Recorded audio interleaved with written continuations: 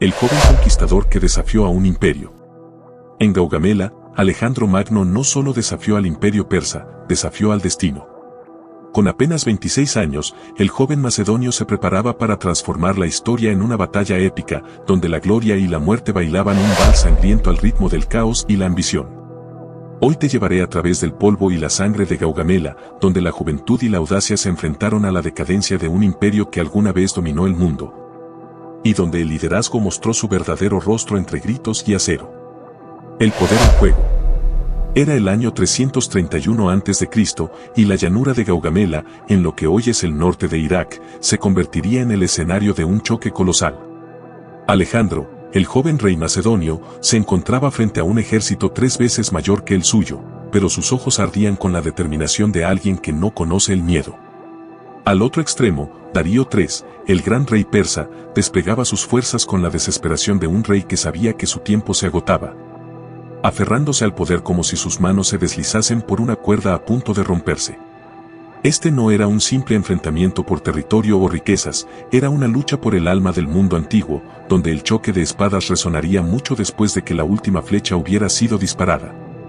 Alejandro, un rockstar de la guerra cuya ambición no conocía límites, apostaba todo por un capítulo eterno en los libros de historia.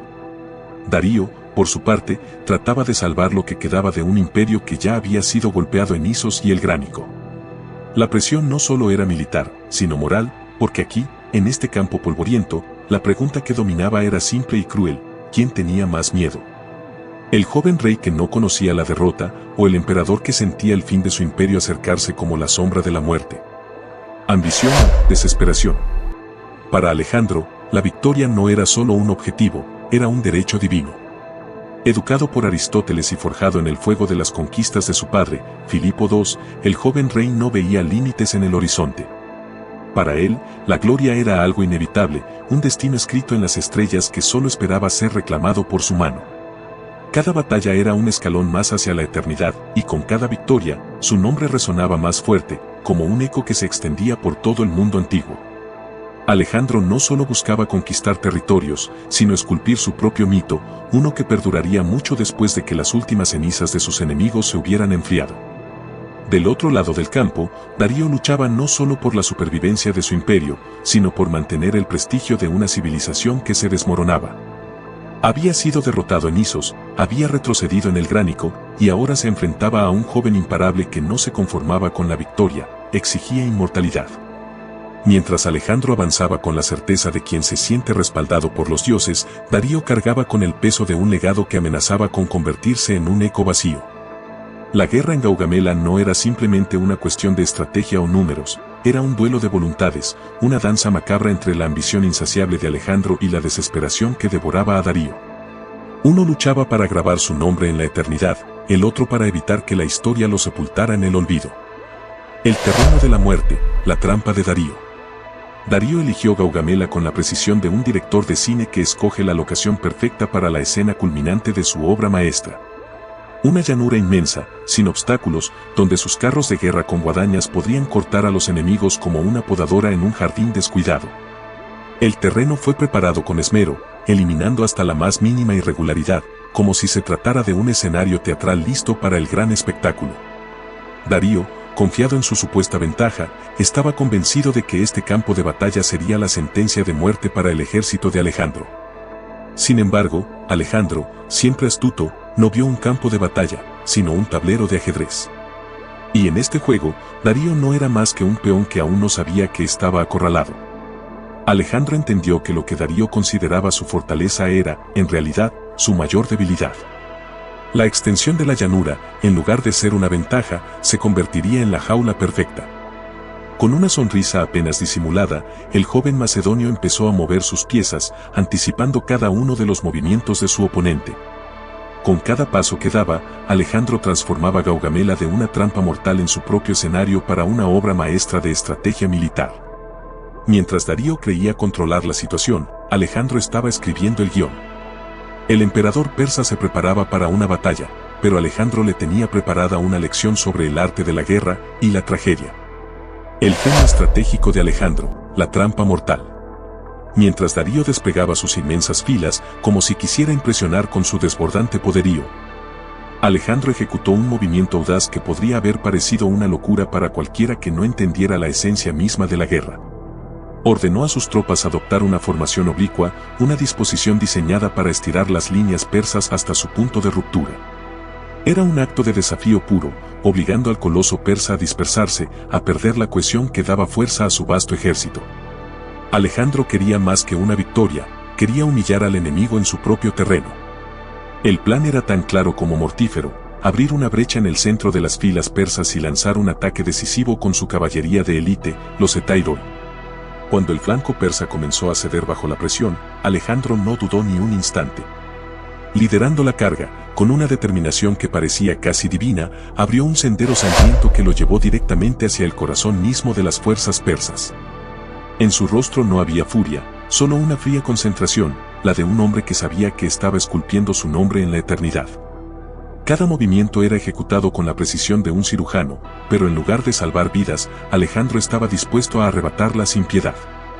La moral del ejército persa se quebraba como el cristal al estrellarse contra el suelo, y con cada paso que avanzaba, Alejandro no solo destruía a sus enemigos, sino que arrancaba de cuajo la ilusión de invulnerabilidad que había sostenido al imperio persa durante siglos. El momento del caos, un infierno de sangre y metal. De repente, el campo de batalla dejó de ser tierra firme para convertirse en un torbellino de caos absoluto, un abismo de muerte donde cada paso podía ser el último. Los carros persas, diseñados para desmembrar cuerpos y sembrar el pánico, se detuvieron en seco, atrapados en una maraña de carne y acero. La sangre manchaba las ruedas inmóviles, y los caballos relinchaban enloquecidos, sus cascos golpeando el suelo ensangrentado en un ritmo desesperado que resonaba como un tambor de guerra roto. Alejandro, como un espectro implacable, se movía entre la confusión con una frialdad casi sobrehumana, sus ojos clavados en el horizonte como si allí, en medio de aquel infierno, pudiera ver un propósito que escapaba a todos los demás. Cada golpe que daba, cada dirección que marcaba era una sentencia de muerte para los que se interponían en su camino. El aire se llenaba con el sonido de los gritos, un coro de desesperación que se alzaba por encima del choque de espadas y el retumbar de los escudos. Era como si el mismo infierno hubiera abierto sus puertas para devorar todo lo que allí respiraba. Los soldados luchaban con la furia de quienes sienten el aliento de la muerte en la nuca, mientras la esperanza se desvanecía como el último suspiro de un moribundo. No había gloria, ni discursos, solo el brutal rugido de la guerra, crudo y salvaje, como una tormenta que arrastra todo a su paso. La huida de Darío, el rey que abandonó a su imperio. Cuando Darío percibió que la derrota era inevitable, el peso del miedo y la desesperación se apoderó de él. Hizo lo impensable, huyó. Por segunda vez en su vida, abandonó a sus hombres, dejándolos a merced del destino, como un capitán que escapa de un barco que se hunde sin mirar atrás. En ese instante, no solo dejó atrás el campo de batalla, sino también cualquier vestigio de liderazgo y dignidad que le quedaba. Era como si todo el esplendor del imperio persa, que alguna vez había brillado con la fuerza de 1000 soles, se apagara en un solo aliento de cobardía. La retirada de Darío no fue simplemente la caída de un rey, fue la agonía de un imperio que había dominado el mundo durante siglos. Mientras Alejandro ascendía, imparable y radiante en su furia, Darío se desmoronaba bajo el peso de la historia. La sombra de su huida se extendía por todo el campo, oscureciendo las esperanzas de sus soldados, quienes vieron cómo su líder se desvanecía como un fantasma en medio de la niebla. En ese momento, Darío no solo perdió una batalla, perdió el respeto de sus hombres, el orgullo de su linaje y el futuro de su imperio. Era el último respiro de un rey cuyo tiempo había expirado, un líder que, en lugar de caer con honor, eligió la vergüenza de la huida. Sus pasos hacia la oscuridad marcaron el ocaso de Persia, el fin de una era que moría con cada latido de su corazón atemorizado. Mientras los ecos de la victoria de Alejandro resonaban como el tañido de una campana fúnebre. Consecuencias políticas: Alejandro, el nuevo amo del mundo. Con la victoria en Gaugamela, Alejandro se erigió no solo como un conquistador, sino como el nuevo amo de Asia. Babilonia, Susa, Persépolis, una tras otra, las grandes ciudades persas se rendían ante él, como si el destino ya hubiera escrito su nombre en los cielos. Alejandro, el joven rey que nunca había conocido la derrota, avanzaba con la arrogancia de alguien que sentía que el mundo le debía reverencia. Pero no le bastaba con subyugar territorios, él quería algo más sublime, algo que incluso los dioses envidiarían, la inmortalidad no solo en las hazañas, sino también en el corazón de las culturas que conquistaba. No contento con ser recordado como un simple general, Alejandro adoptó las costumbres y lujos persas, luciendo las túnicas y joyas de un rey oriental, como si hubiera nacido para gobernar no solo a los griegos, sino también a los antiguos imperios de Oriente. Se presentaba no solo como el conquistador, sino como un nuevo tipo de monarca, un puente vivo entre dos mundos opuestos. Claro, unir Oriente y Occidente bajo su mando era un acto casi divino, o al menos así lo veía él. Pero con cada nuevo título que se adjudicaba, con cada símbolo de poder que acumulaba, también se acercaba al abismo de su propia obsesión. Porque la línea entre héroe y tirano se volvía tan fina como una hoja de acero, y Alejandro parecía dispuesto a caminar por ese filo con la certeza ciega de quien cree que la eternidad ya le pertenece. El costo de la eternidad. La victoria en Gaugamela no fue solo el pináculo de la carrera de Alejandro, también marcó el inicio de una caída inevitable. Había llegado tan alto que la única dirección posible era hacia abajo. Cada victoria añadía un nuevo escalón en la torre de su grandeza, pero también encendía con más fuerza la llama de su ambición. Esa llama, tan brillante y ardiente, devoraba todo lo que encontraba a su paso, y con cada nueva conquista, se volvía más insaciable, más voraz. Alejandro había escalado hasta la cima del mundo, pero allí, en la soledad de su gloria, el aire se volvía cada vez más frío y escaso. En su interior, la voz de la ambición seguía susurrando, más fuerte con cada paso hacia adelante, como una promesa que siempre se mantenía fuera de su alcance.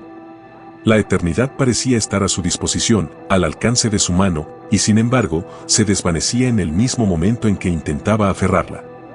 Porque cada victoria no era solo un triunfo sobre sus enemigos, también era un recordatorio implacable de que incluso los más grandes héroes son mortales, y que el precio de querer abarcarlo todo es perderse a uno mismo. La inmortalidad, pensaba Alejandro, parecía estar al alcance, pero se le escapaba con cada respiración. No perdona a aquellos que la persiguen con una fe ciega, porque en el fondo, la eternidad no es un don que se concede, sino un precio que cobra, implacable y siempre fuera del control humano. Alejandro, héroe o conquistador despiadado. La figura de Alejandro Magno sigue generando debates.